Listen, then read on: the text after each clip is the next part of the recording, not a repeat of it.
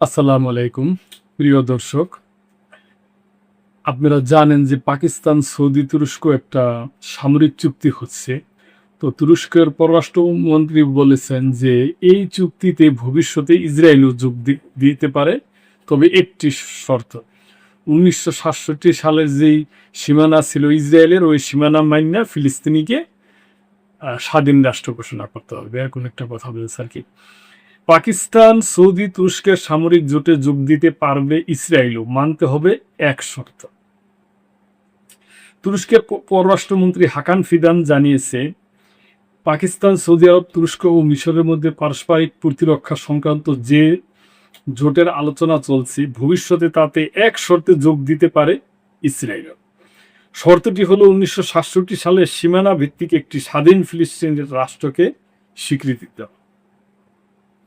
সম্প্রতি জাপানি সংবাদ মাধ্যম নিক্কে এশিয়াকে দেওয়া এক বিশেষ সাক্ষাৎকারে ফিদান বলেন, সাম্প্রতিক ইতিহাস থেকে শিক্ষা নিয়ে দেশগুলোর জন্য প্রকৃত সহযোগিতার পথে এগিয়ে যাওয়ার এটি একটি সোনালী সুযোগ। তিনি বলেন, অঞ্চলের দেশগুলোকে একে অপরের ভৌগোলিক অখণ্ডতা, সার্বভৌমত্ব ও নিরাপত্তার প্রতি অঙ্গীকারাবদ্ধ হতে হবে। প্রস্তাবিত এই কাঠামোয় পাকিস্তান, তুরস্ক, সৌদি আরব, মিশর এবং পারস্য উপসাগরীয় দেশগুলো অন্তর্ভুক্ত থাকতে পারে। পরিস্থিতি স্বাভাবিক হলে ভবিষ্যতে ইরানকেও এই প্ল্যাটফর্মের অংশ করা যেতে পারে বলে তিনি উল্লেখ করেন। ফিদান বলেন, ১৯৬৭ সালে সীমানা ভিত্তিক একটি স্বাধীন ফিলিস্তিনি রাষ্ট্রকে স্বীকৃতি দিলে ভবিষ্যতে ইসরায়েলও এই উদ্যোগে যোগ দিতে পারে। তিনি বলেন, যদি এই সমস্যার সমাধান হয় তাহলে আঞ্চলিক দেশগুলো ইসরায়েলের নিরাপত্তা জোরদারে গুরুত্বপূর্ণ ভূমিকা রাখতে পারবে। এদিকে আগামী জুলাইয়ে আঙ্কারায় অনুষ্ঠিত হতে যাচ্ছে গুরুত্বপূর্ণ ন্যাটো সম্মেলন।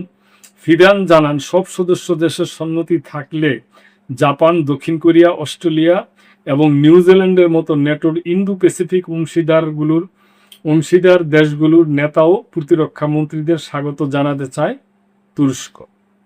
তিনি বলেন, এ বিষয়ে তুর্কি সরকার ন্যাটোর মহাসচিব মার্ক রুটের সঙ্গে কাজ করছে এবং অতিথিদের অংশগ্রহণ নিশ্চিত করতে প্রয়োজনীয় প্রস্তুতি নেওয়া হচ্ছে।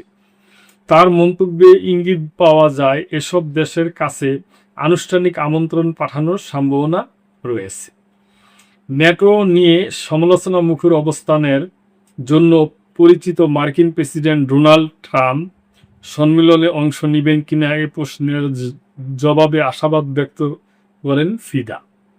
তিনি জানান, গত এক মাসে তুরস্কের প্রেসিডেন্ট রিসেপ তাইপ এরদোয়ান একাধিকবার ট্রাম্পের সঙ্গে কথা বলছেন এবং কোনো আলোচনাতেই ট্রাম্প সম্মেলনে না আসার ইঙ্গিত দেন। ফিদান বলেন, এ পর্যন্ত আমাদের সব প্রস্তুতিতে এমনভাবে নেওয়া হচ্ছে যাতে প্রেসিডেন্ট ট্রাম্পকে স্বাগত জানানো যায়।